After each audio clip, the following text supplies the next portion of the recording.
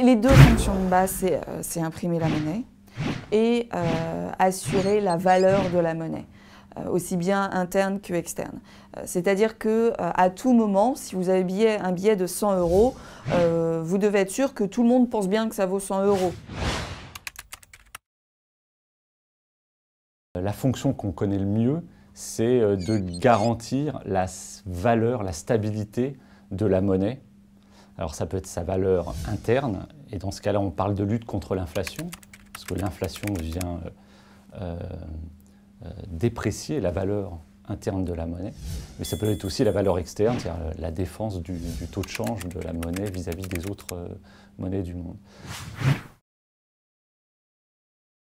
Pourquoi assurer la stabilité des prix? Parce qu'on pourrait se dire que du moment que les salaires sont alignés sur les prix, le pouvoir d'achat reste inchangé. La baguette augmente de 4 %, mais votre salaire a augmenté de 4 % aussi, donc vous pouvez acheter autant de baguettes que d'habitude, sans pour autant faire des économies par ailleurs. Alors en fait, il se passe plusieurs phénomènes. C'est qu'une fois qu'on a lancé une spirale inflationniste, on ne la maîtrise plus. C'est-à-dire qu'on ne sait pas où ça s'arrête. C'est à 4, ça peut monter à 10, ça peut monter à 1000, ça peut monter plus loin. Il y a des pays émergents qui ont vécu en spirale hyper inflationniste, qui ont totalement détruit leur économie. Il y a aussi un autre coût qui fait que tous les prix n'augmentent pas de la même façon. Il y a une distorsion des prix relatifs.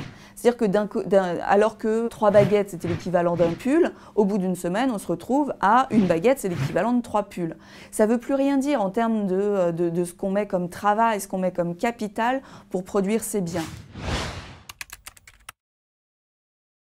Il y a, disons, plusieurs études empiriques qui montrent que pour avoir une croissance à long terme, une croissance qui augmente ou bien qui est stable, un élément qui joue à faveur de la croissance à long terme, c'est la stabilité des prix.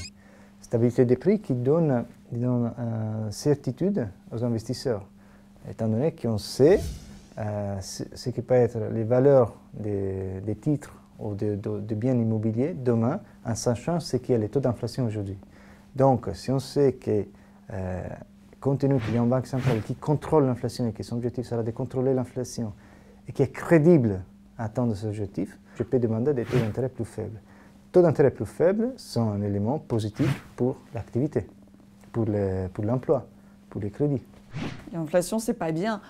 BNP Paribas, la banque et l'assurance d'un monde qui change.